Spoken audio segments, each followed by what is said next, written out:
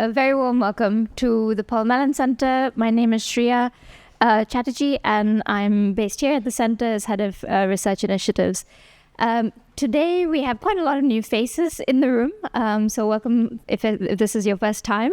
What we have on today is a panel discussion in collaboration with the Whitechapel Gallery, and I'm just going to very quickly introduce the speakers and then hand over to Gilane. So Gilane Tawadros is director of Whitechapel Gallery, which is based in London's East End. Full bios are on the website, so I'm not going to read out long bios. She will be joined by Shuddhabrata Sengupta and Hanru. Shuddhabrata is an artist and curator with the Rux Media Collective alongside Jubesh Bagchi and Monica Narula. And Hanru is a prolific writer and curator based in Paris and Rome, and was recently artistic director of Maxi in Rome. Over to Gilane. Thank you.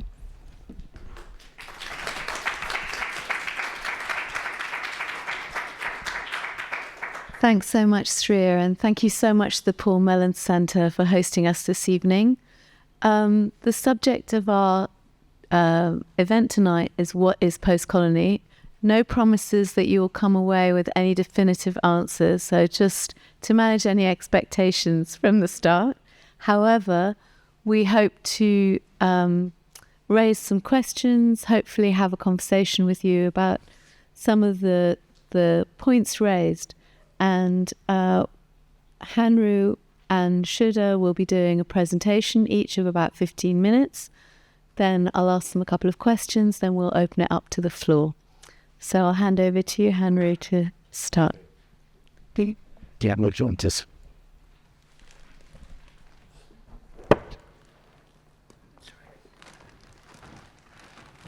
I think today, and thank you for also the Paul Mellon Center. It's really a very nostalgic moment to talk about something happened almost 30 years ago. And thanks to Gilane, actually, I had the chance to work a lot with her in London, really dealing with this question of post-colony.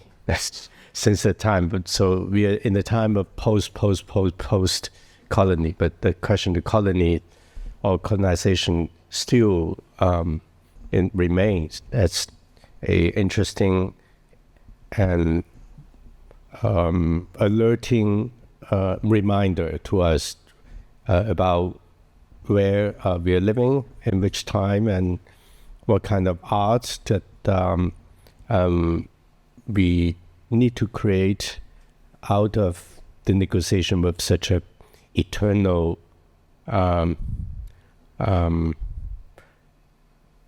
coming back kind of situation, returning situation, right? So I want to very quickly mention the project called I did in 1997. I think in 1997, there was the year where the discussion of the British Empire actually saw its final collapse with the handover of Hong Kong back to China. But the question is really interesting. Is that really a hand back to China, or where Hong Kong was that returning into the motherland, or trying to go somewhere else? So this interesting question of, where a colony, when it became de-colonised, where it would go. And I think it was really interesting question. And when you go back to the time of 97 was a very special moment. After 89, the end of Berlin Wall, of course, the end of the Cold War, and that was the moment that we enter into a new time. Let's say the beginning of so-called globalization, contemporary globalization. The neoliberal capitalism seemed to win over the communist system, right? So the collapse of the Eastern Bloc and so on. In the meantime, also there's a time that in South Africa, there was the end of the apartheid regime, and there was a very important revolutionary transition across the world. And at the same time, in 1997, Hong Kong was returned to China. So looking at this context, also inside the West, the question of multicultural society, the rise of cultural diversity, and so on, became a part of the mainstream discussion that transformed fundamentally the cultural landscape. So that was also the time that the culture of biennials became central to the transformation of the global art world. All the so-called international art became a new internationalism, as the title of a conference that marked the beginning of the Innova project, led by Gilane said. And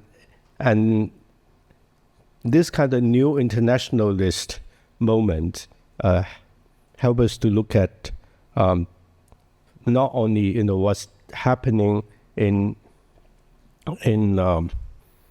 contemporary art in the West, and also really our perspective, our horizon actually was opened up towards really everywhere in the world, from Asia to Africa, from Latin America to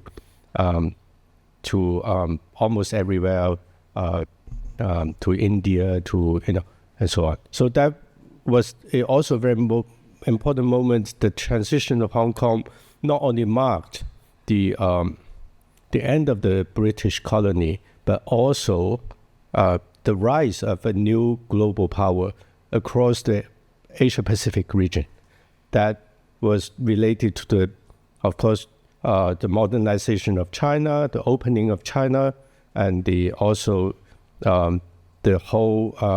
dynamics brought out by the development across from Japan, Korea, Taiwan to India. The whole Asia-Pacific region become really a new center. So that in this context, also in the art world, the biennials became a very important network to connect non-Western centers of creation, from Havana to Istanbul to Sao Paulo and to Korea, to Guangzhou and so on, to Shanghai, and especially in Africa. There was, along with the end of the apartheid system, there were also the creation of Johannesburg Biennial. So, here we go. So that was the second Johannesburg Biennial, directed by Oakley and Rachel. And Oakley actually invited several artists, curators from different parts of the world, of course from South Africa, also from New York, from Korea and so on.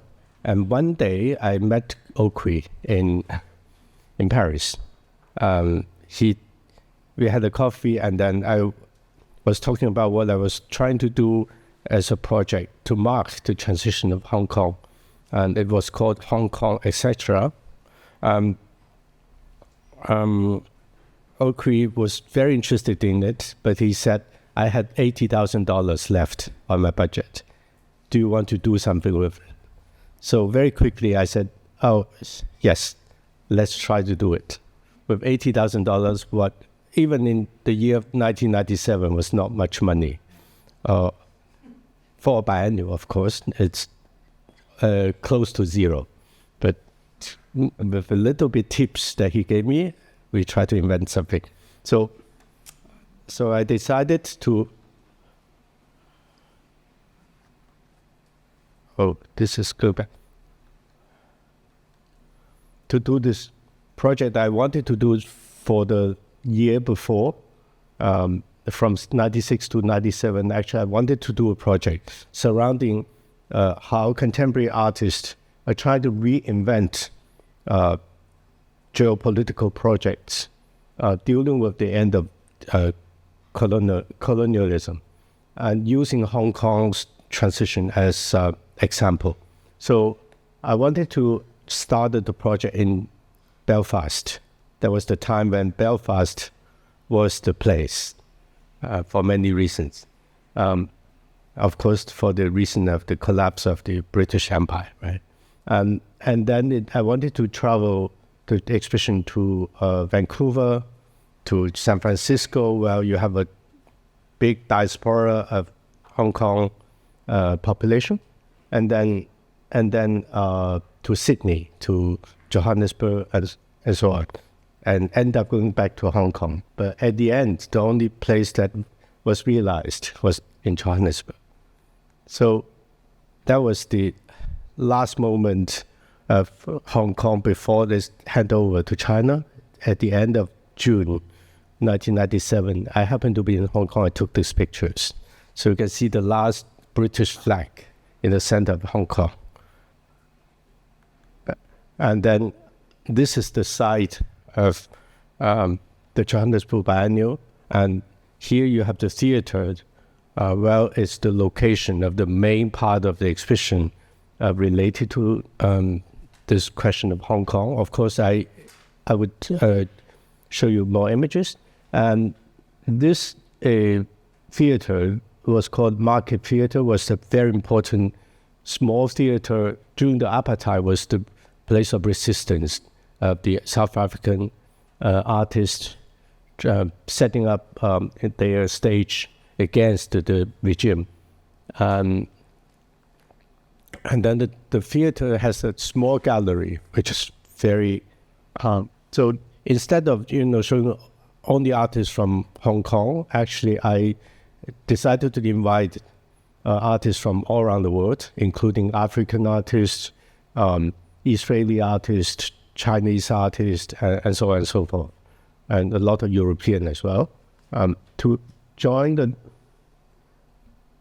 to show the work in the small gallery, which is, as I said, with $80,000, we could, at the end, occupied with quite some innovative works in the gallery.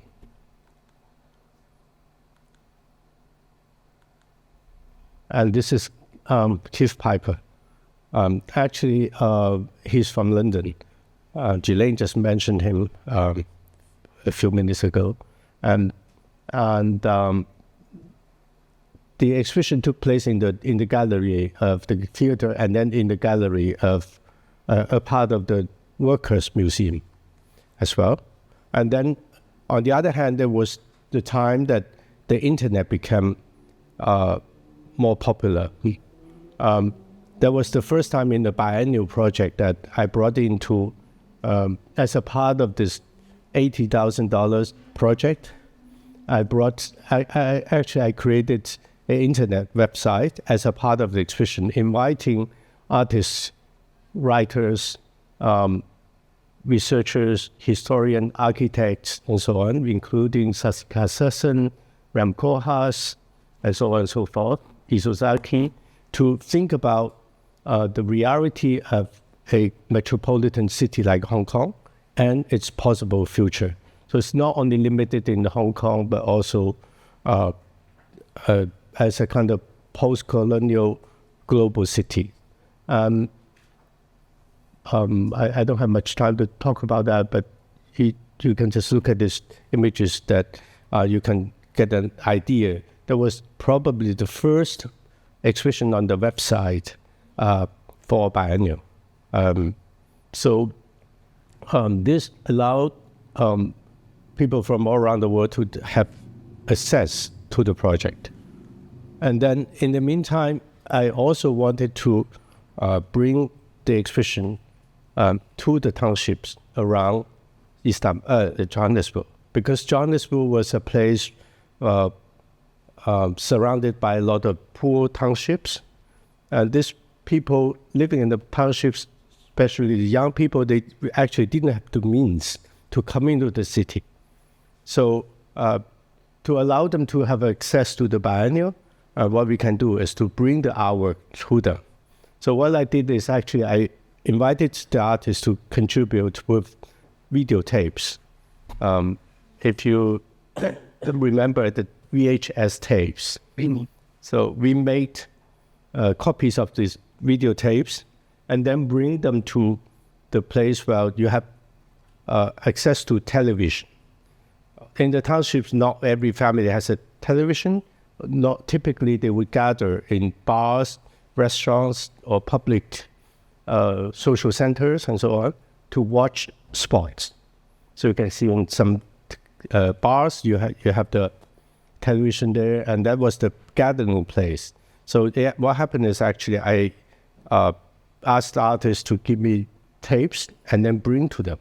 And so the artists can, the visitors of the bars, let's say the customers, they can actually order on the menu what they want to see. Yes. So there's a menu of the program. And then what happened is in the middle, I went to this place called Westbury, which is really poor, very poor township. Well, there's a bar run by this gentleman in very well dressed, in black tie and so on, with gray hair, very handsome gentleman, very nice. And then he came to me and said, do you speak, are you Chinese? I said, yes. Do you speak Cantonese? It happened that I'm Cantonese. So he started speaking Cantonese to me. And then he said, he explained actually, when he was a kid, he was adopted by a family from Canton. They settled in this township and he grew up with them. They spoke Cantonese whole life. And then he actually inherited the family business to run this bar. So that was the beautiful story about, being a curator, working in the place that you don't know, and you actually become part of that. So do we have time still? Yeah. How many? 5 minutes. So this is a little bit the idea of this small but unlimited exhibition, using $80,000 to deal with the question of Hong Kong. But Hong Kong, of course, is not simply a city, but it's also a very interesting symbolic metaphor for the post-colonial transition. Number one, Hong Kong was probably the first colonized city in which the level of life surpassed the colonizer. So at the time, London was pretty dark in the 90s. That was before the New Labour time, right? So that was pretty dark, and everything is a little bit like almost like the 19th century novels kind of description, right? And Hong Kong was completely bright, colorful, and with a very dynamic horse racing, of course, and stock market, and the bank, and construction. So it was a very interesting place you can see the collaboration or the fusion of a kind of Western and Eastern energies and cultural diversities generate an incredible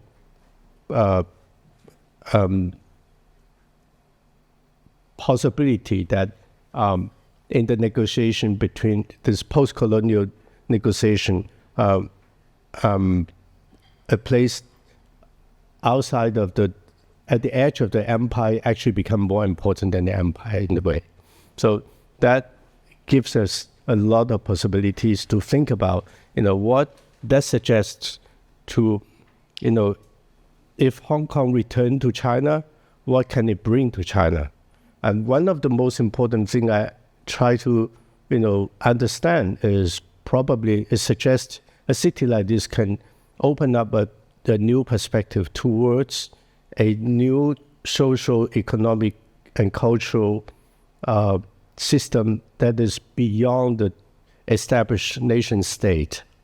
And that probably can be a place where we can experiment another way of conceiving a society that could be more promising, more pleasing for people who are living in there.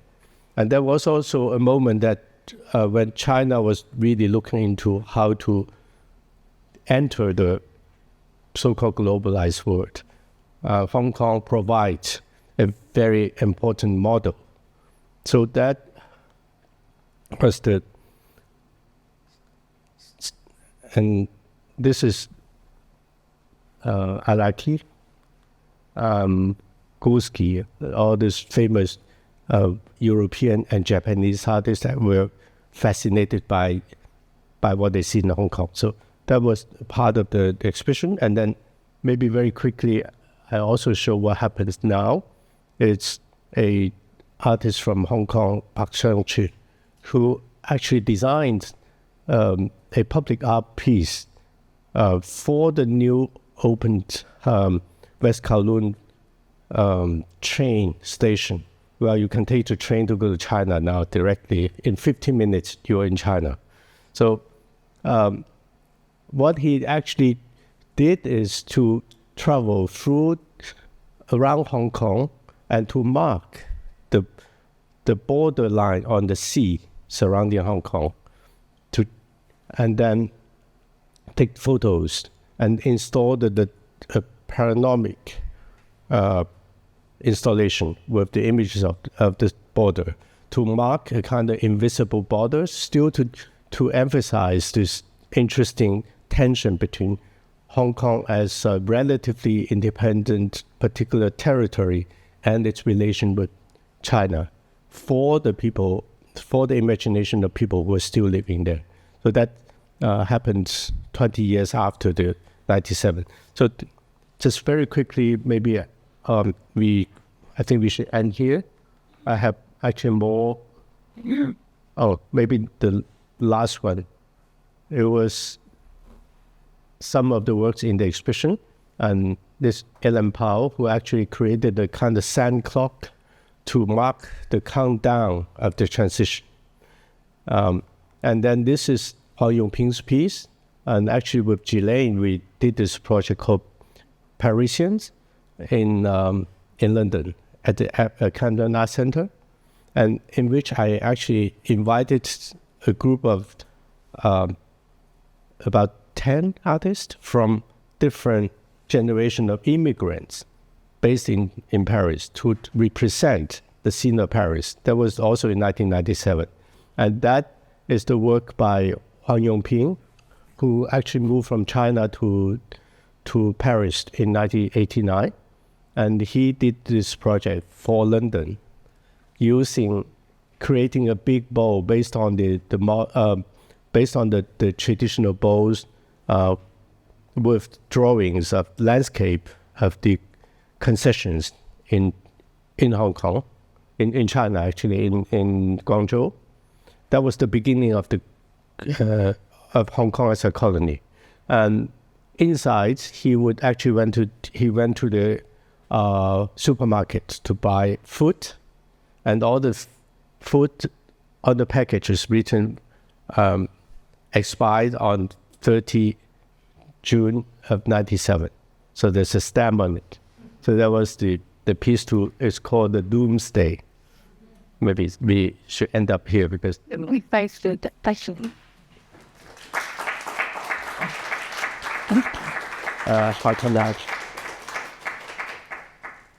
you, Hanru, and thank you, Gilane, and the Paul Mellon Center, Whitechapel Gallery, for this wonderful opportunity to think together in a room. We've been doing some really intensive thinking and talking in the afternoon, and one of the themes that Gilane asked us to think about was rupture in terms of what happens in time, tear in the fabric of time. And I thought that this evening I would then move from rupture to rapture and back again.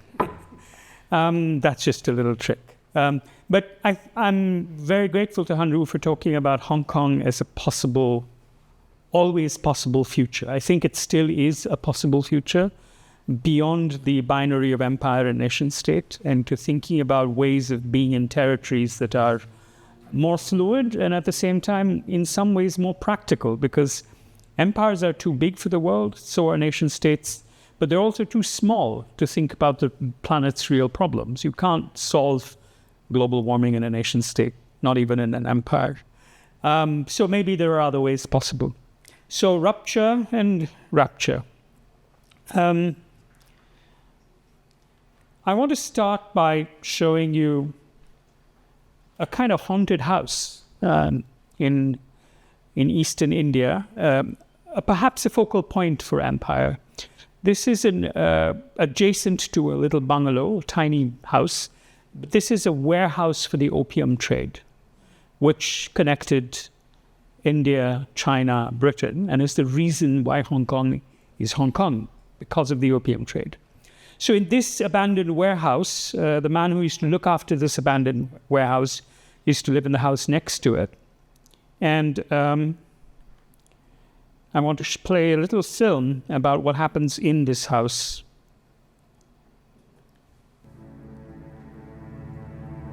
You see a child with a woman.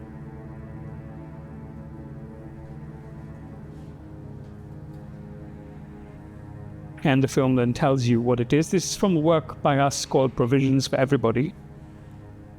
And this is the house in which the little Eric Blair, who grew up to be George Orwell, was born and lived for the first few years of his life. And the woman who is carrying this little baby is his nurse, or Aya as she was called. And then you see his mother. And there are two mothers, if you like. And the body of this little baby is something that inherits these two legacies joined by the fact of empire. Gilane was telling us about the need to be grounded in affect and feeling. And I think of this as one of those experiences of a boy or a little baby who's growing up to deal with this complex inheritance. And perhaps he did in a very peculiar way, which I'll come to later.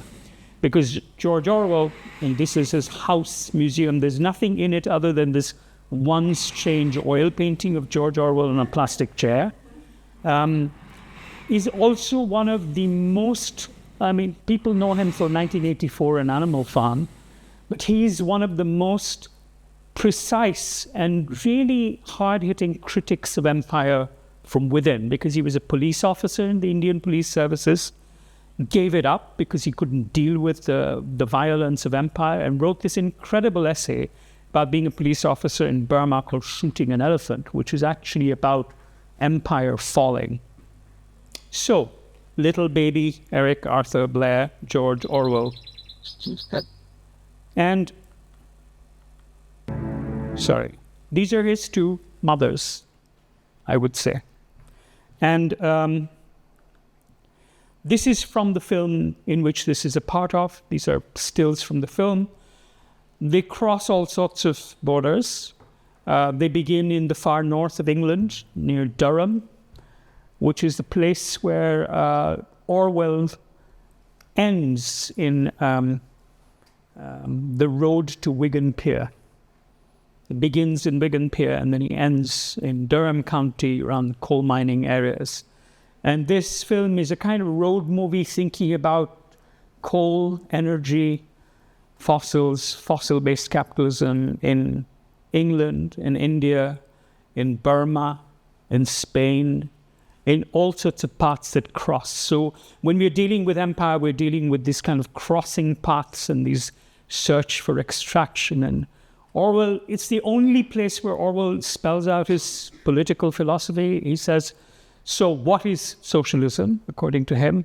He says it's a raft sailing in the world. The world is a raft sailing on a rough sea with provisions for everybody. And that was our kind of guiding path. To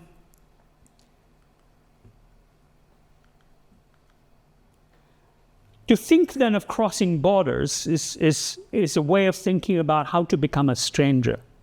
And I think empires produce that condition of strangeness, where you become a stranger, first of all, to your own self, because everything around you changes. The structures of land, law, how you are governed, what is familiar, what is strange, all those things change. And this is a work that was actually commissioned by Iftikhar Dadi, who was part of our conversation downstairs. An exhibition commemorating the partition of British India into India and Pakistan, which then becomes subsequently India, Pakistan, Bangladesh. And we made a work called The Translator's Silence, which is a simple paper-folded takeaway work with these folds in 3 different languages. There's a line in English: "Will you, beloved stranger, ever witness Shahid?" Shahid means witness in Urdu. "Two destinies at last reconciled by exiles." It's a poem by the Kashmiri American poet Agha Shahid Ali, dedicated to Edward Said on his trip to Palestine. Right? There's another line which says,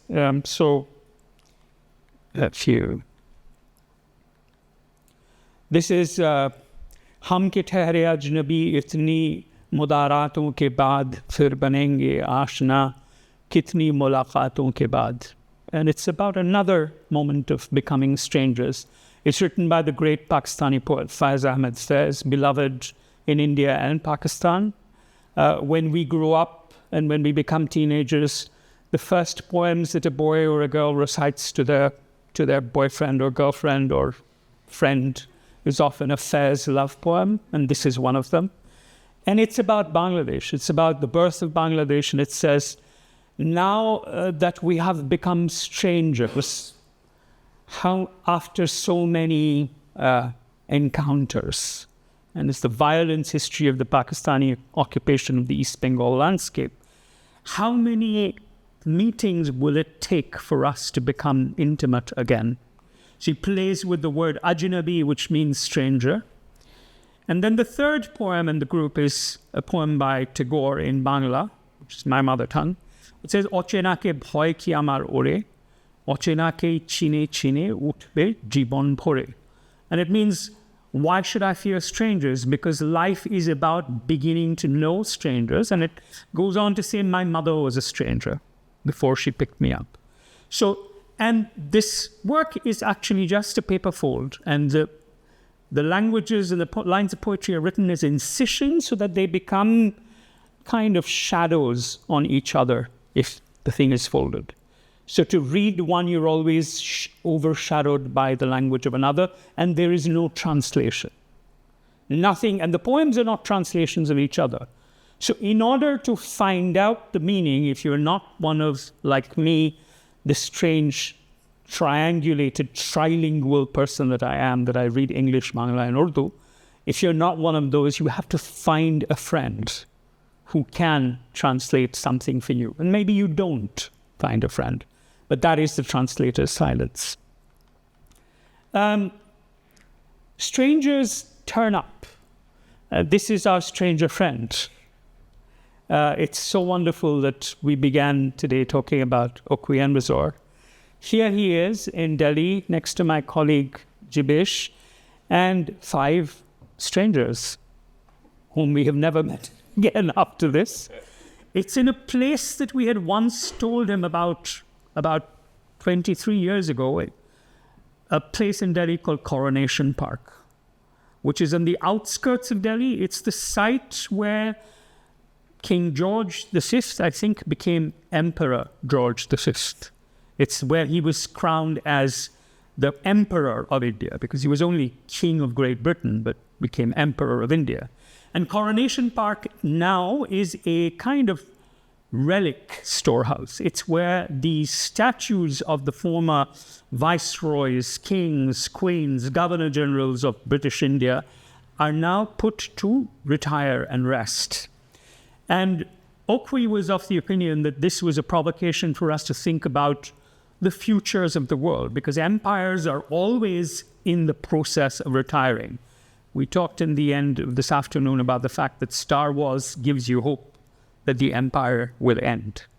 But, so he invited us to think Coronation Park in his rendition of the 56th Venice Biennial. And this is what we ended up being. These statues in grand procession in the Giardini, statues that seem as if they are in the process of being made or in the process of iconoclasm, either in making or in destruction, which is what all empires are at all time, right? If you remember Shelley's poem Ozymandias, look upon my works in despair, which is about this statue half buried in the sand.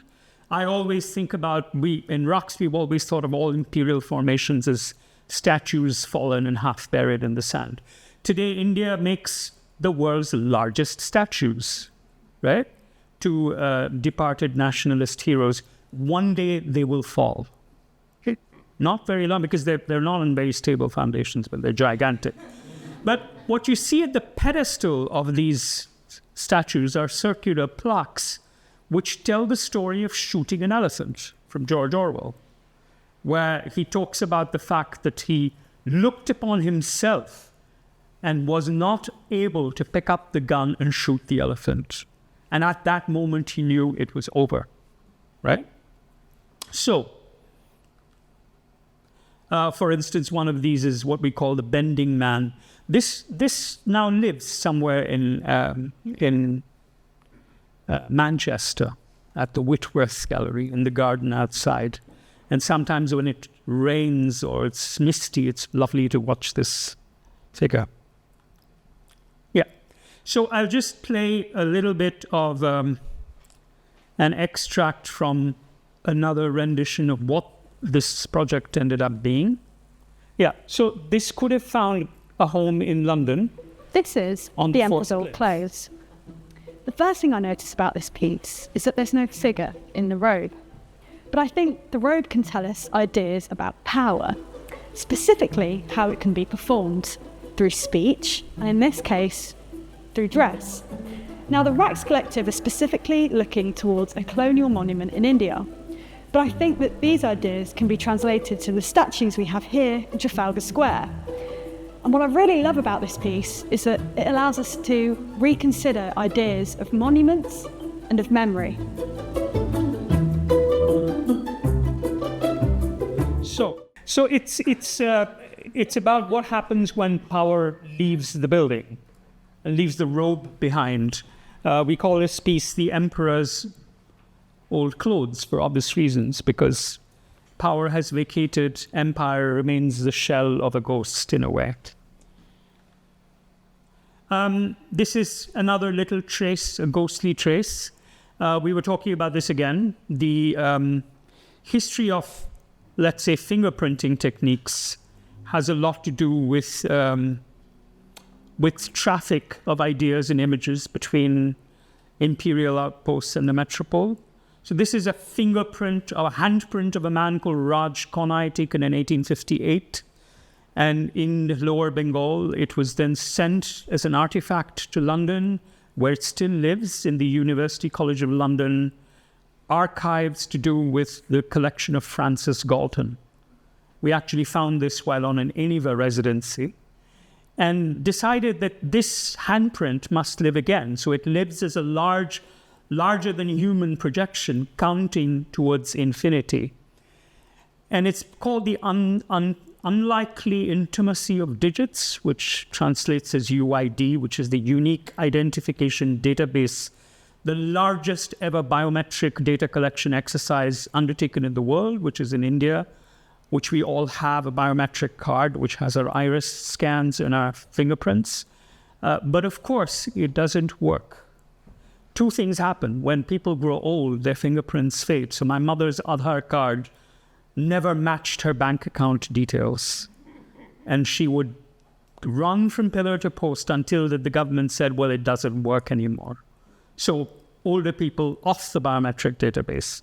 And now there are all sorts of other strange glitches and inaccuracies happening, which means that the imperial project of taxonomically identifying each and every resident and subject, because of its infinitude, is actually bound to collapse on itself. And that's what happens. I'll perhaps end with two little things. This is a photograph by a photographer from 1857 in India, Felice Beato, and it's called Scenes at Secunderabad. It's a remarkable image because it's the first war photograph with human beings in it. And it's supposed to represent the dead of the 1857 war. This is taken like 7 months afterwards. In North Indian winter, dead bodies don't become like that. So these were dug up people from other deaths at other times and placed as props to produce an imperial image of victory. We translated this into a theatre piece with theatre director Zulekha Chaudhary, which was quite fascinating to work with because she was convinced that the slow unfolding of the reality of this photograph was theatre. We didn't know it was, but she did. And so that's it.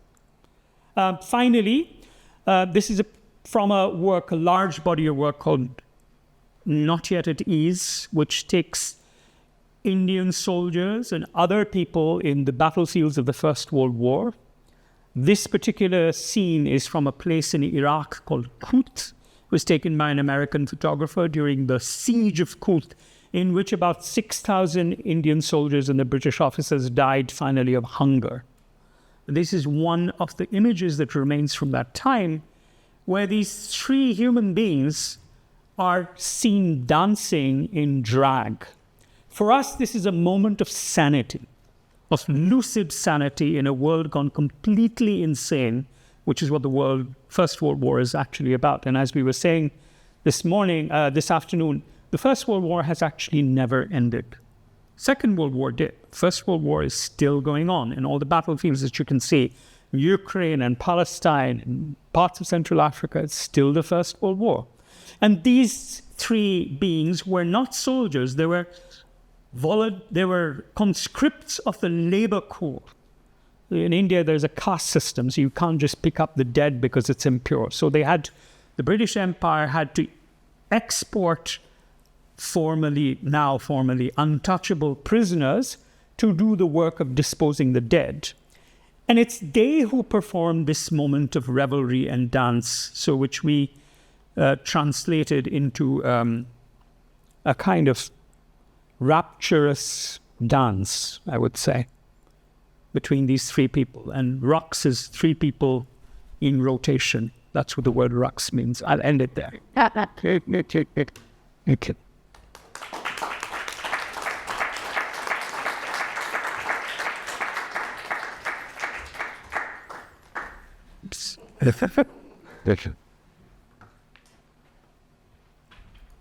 Thank you.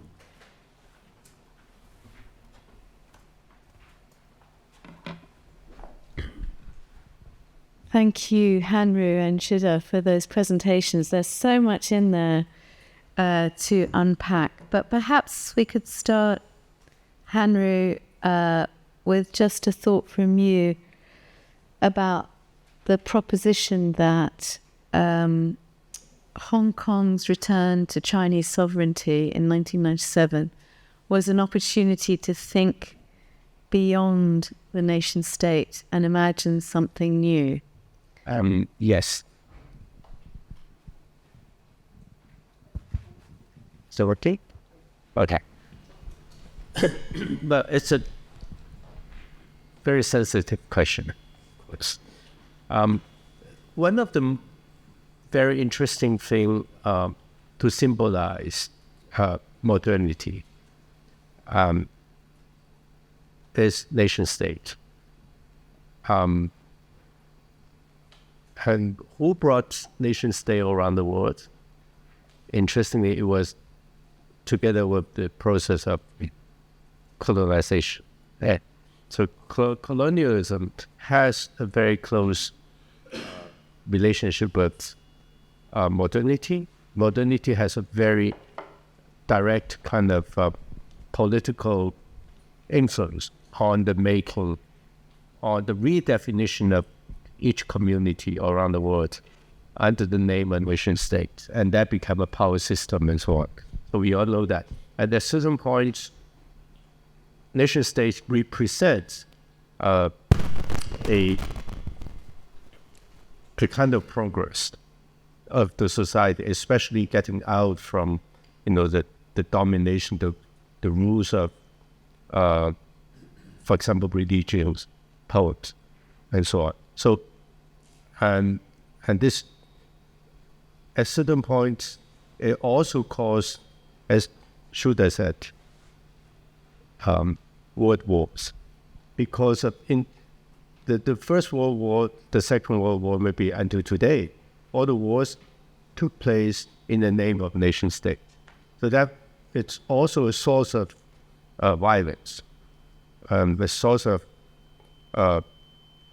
conflict between people. So how to find a way out? Perhaps the idea of city being a relatively being a place where the relationship between people, between individuals and communities are defined based on a coexistence of difference, coexistence of diversity, or so-called multicultural communities. And that can help us to think a solution going out of this kind of process of imposition of political violence. So Hong Kong actually represents, as a matter of fact, in its 150, almost 150 years of colonial history, that represent a very interesting relationship between the city and its motherland and its colonizer. To find out, to show a kind of third way as a city of transition, because most of the people living in Hong Kong are actually migrants, immigrants. For different reasons, brought by the British from India, mixed up with the local population, and then over time, because of the wars, the famines and so on in China, and a lot of people coming from China settled in Hong Kong, and they were having always looking at Hong Kong as a place of transition, and many of them end up going to live outside of this region, they migrate to the UK, for example, and a lot in America, a lot in Southeast Asia, and so on. So Hong Kong has shown a very interesting kind of coexistence of cultural differences and population, language, and so on. And because of this dynamic, also at certain points, that generates incredible energy of innovation and hard working to create the economy, which is especially from the 60s, 70s until the 1980s, when China started opening up to the world. And the first thing they would learn about the outside world was through the image of Hong Kong, which was economically advanced, and so on, and culturally open, and so on. So in this moment of transition, it was really important to consider the possibility that Hong Kong as an in-between place to show perhaps a more I would say a more promising future for the continent. So this is why I try to start the discussion on this theme And also another part of the project was actually dealing with, as Shuddhabrata just mentioned in our discussion, urbanism. Actually, the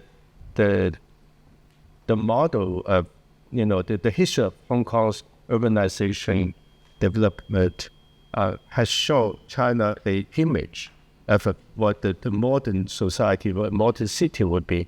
And so this high density or high rising kind of urban landscape has shown China a image of a future modernization. And today, actually, China has even more high-rise buildings. So, Shuddha, you presented us with some monuments, traces, remnants of empire, from the skyscraper to the abandoned house with this lone painting of George Orwell. What do these monuments and traces that you presented to us tell us about the post-colony, or what do they envisage for the post-colony? Well, I think, first of all, they act as allegories of the fact that histories remain to haunt, and the word post in post-colony or post anything assumes that what we're talking about is already posthumous. I don't think that is the case. I think that histories contaminate each other and the present. So the reason why I am fascinated by that abandoned warehouse that is because Eric Blair's, the baby George Orwell's father, is an opium inspector. And he is inspecting the quality of the opium that's going to be exported to China. And that itself is the life condition that produces someone like George Orwell, who has a very intimate understanding of the operations of power and authority because of the kind of impress and the subconscious impress of being in this little zone of provincial operations of imperial power. So all these traces, the statues that get abandoned and repurposed, the house of memories, the way in which we think of the past. And if we think about it, these are actually the lives of our grandparents and great-grandparents. They're not that far removed from us. We all have histories that leach into these personal histories that leach into these larger histories. And the way to think about how history haunts us is to know that we're going to haunt the future as well. So we are just as much projects in abandonment and disrepair as anything else that preceded us. Now we will live forever. That's what they thought too. Sun never sets of the British Empire. And I think those operations and their continuity and their sort of conflicted continuity is the fact that the king, the emperor leaves, but leaves the rope behind to be filled in by other claimants to power. That's how we tend to think about the relationships between us and time. Thank you. I think we've got time just for maybe one or two questions before we wind up. So does anyone have a question for either Shuddha or for Hanru? Lady at the back there. Hi, I guess I had more of a question around like the production of the work that, in the exhibitions that you've shown us today, and what is the role of, you spoke about working with Oakley and Weser, of course, but like what is the role of working with collectives? What is the role of working with teams? What is the role of working with artists, obviously, but like what is the negotiation there, and how are these projects possible because you're working in a collective, in a team? I think that's for you. Me? Three guys. So yeah, we're a collective that's been in existence for now 35 years, or 34 years going on 35. So being a collective is the habitus that I am most familiar with. And when we work, we obviously work with, and my education is not in art, it was in filmmaking. And within documentary filmmaking, you have to work with large numbers of people. And that's how you understand the making of work to be. I think that I never grew up with the idea of the sole genius. So 3 geniuses. Not even. So therefore, the first thing that I think one has to bear in mind when working with collectives is that these are sites of continuing dissensus. In Rux, we're still having the same quarrels that we did 33 years ago, and they happen every day. So they're not so much ideas that the art does not come from consensus. It actually comes from an evolving dissensus. And that, for me, is a bit like what Hanru says is the alternative between empire and nation state. You don't have to agree or disagree. You have to just be interested enough in the process of thinking and making things so that the work continues. Curatorially, we do the same. Whenever we back to this curators, we often have para-curatorial teams or infra-curatorial interests that have worked with us. And we've made that very explicit so that it's understood that what emerges is an artistic or a curatorial intelligence that is of the moment, but is also preceded by histories and futures. Last question. Oh, there was another hand went up. So if you'll keep it short, please, and then we can take the other question as well. Yeah, I wonder how you feel about the role of diaspora or people from diaspora communities, which is only increasingly getting bigger in a post-colonial world, especially in the art world. Is that? I think Hanru can take this. Hold on. Actually, I think by definition, an artist, as he said, is a stranger to his own place.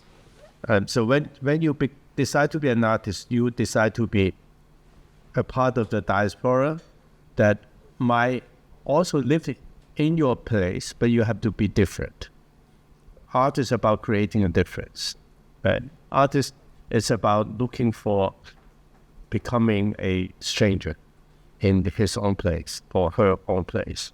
And when you, for some reasons, decide to displace yourself, live somewhere else, sometimes you're forced, sometimes you decide, you choose to live elsewhere. In this case, actually, it can only emphasize this diasporic nature of being an artist. So we had an interesting discussion, and he said that the South Asia community in the UK is much more conservative than even reactionary than people living in India, right? So it can be or many. They're closer to closer to nationalism, closer to even far right, and so on. And in this situation, when you are a so-called immigrant artist or Indian diaspora artist living in the UK, perhaps you will feel this contrast even stronger. Then you have a better reason to fight even more. Yeah, I mean, I totally agree with you. I think all artists are strangers everywhere. So there's a process of recognition of both filiation, of being attached to a place. I would never want to live in any other place than Delhi unless I'm forced to. I breathe the poisonous air, but it's what keeps me going, right? But at the same time, I do think that diaspora communities, their primary, perhaps, trajectory is to understand their relationship to the societies they're in and not yearn for the societies they're not in, right? And I think that I see an interesting and welcome move. While I'm aware of the fact that the South Asian diaspora in the UK is the prime mover financially and in many other ways for extremist agendas and hate-filled agendas in India. That's where the money comes from in some ways for genocidal speech in India. But at the same time, I am aware of the fact that there is a little bit of a welcome move away from this anxiety about authenticity amongst a new generation of South Asian writers, artists, so on. I used to despair at the fact that my experience as someone who was born and raised in Delhi had to be evaluated as per the terms of authenticity imagined and fictionalized by British South Asians who were then listened to by British white people sympathetically. Right? So that's not my experience. That's experience of other people here. But just as I won't want to evaluate their experience by my terms, I would hope not to be evaluated and judged constantly on the terms of the ideas of authenticity that are quite ersatz in British Asian culture. Not only India, also there's a Chinatown effect. Yeah, it's Chinatown. Can I just answer what you said about diaspora artists in relation to the post-colonial? Because I think Edward Said said something very helpful, which is he talked about understanding that he saw the world through bifocal lenses.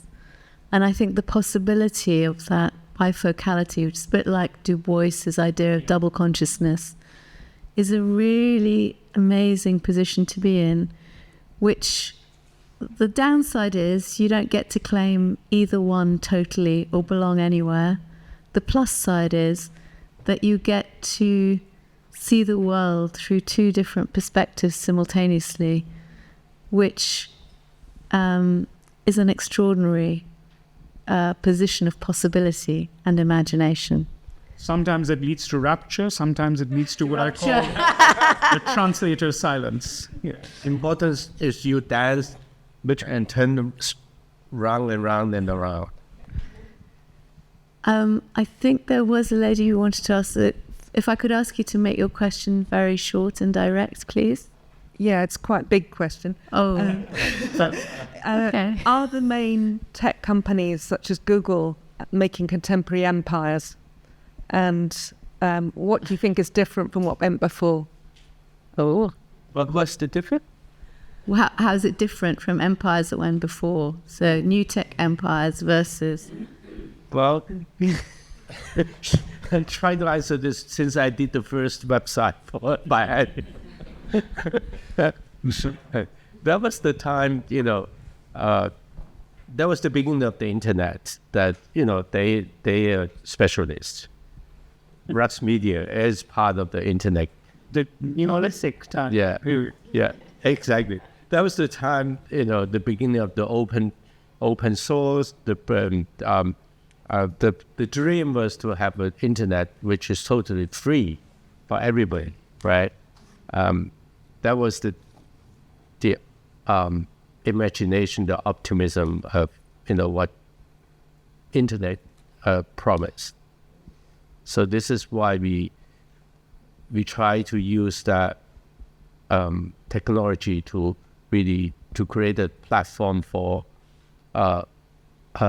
everyone to be able to assess, and that was really a wonderful, exciting moment.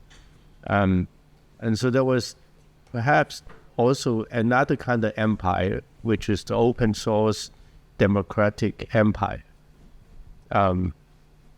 But today, everything become exactly the opposite. I don't know where the solution would be, but I think we continue to use the technology that is available to distribute our message, as still keeping certain kind of utopian ideas and actions to create certain kind of implosive moment of this invisible empire. Yeah, I think the interesting thing about tech companies is they don't want to be tech companies. They actually want to now enter every aspect of life and experience. So there is a kind of colonizing aspiration and desire that lies at the heart of the current tech paradigm. So if you look at Elon Musk, or we have our own Elon Musk, a man called Deepinder Goyal in India. These are all people who want to do things quicker, faster, smoother, as if this were happening all by itself. There's a similar level of promise that was made when let's say the East India Company set up operation. So it set up operation as if there were no ships sailing. Of course, it all dependent on the life and death of the thousands of sailors and slaves who traveled across the seas, built the plantations, did what was necessary to produce, let's say that's why we drink tea or produce or consume sugar. These are all the ways in which the empires produced new commodities and products. Nobody drank tea before the 19th or 18th centuries anywhere in the world, except for China, amongst literati. But it became the mass consumption art. Orientalist type. That's the Orientalist. Right, yeah. But the fact that you had tea breaks and factories in Manchester and Birmingham was the product of empire. So I think that there is a similar drive right now. And just as it took a lot of energy to get the old empires running, similarly, it will take a lot of energy to run an artificial intelligence engine. I've seen the server farms that are in the far Arctic north, because that's the only place cool enough to run that many computers, right? Or the amount of fossil fuels that will be used, gas, petroleum, and rare earths to fuel this moment. I'm not suggesting we turn our backs to it, but I think that, like with empire, we have a clear-eyed assessment of the fact that this is how the world is being shaped, and we take our call as to how far and how much we want it to let it run our lives. Think about it. Yeah, just add one thing, that the Chinese tech empire, the Chinese Google, like Jingdong and JD, right? And also Tencent, like the Facebook. They are opening contemporary art museums next month. They're going to open 2 major museums in Shenzhen, and our friends are running that. Right. So hopefully these friends will do something good. Better with that friends and allies. On that note, looping elegantly post-colony culture and empire. Thank you very much, Shuddha. Thank you, Hanru, and thank you all very much for coming this evening. Okay. Thank you.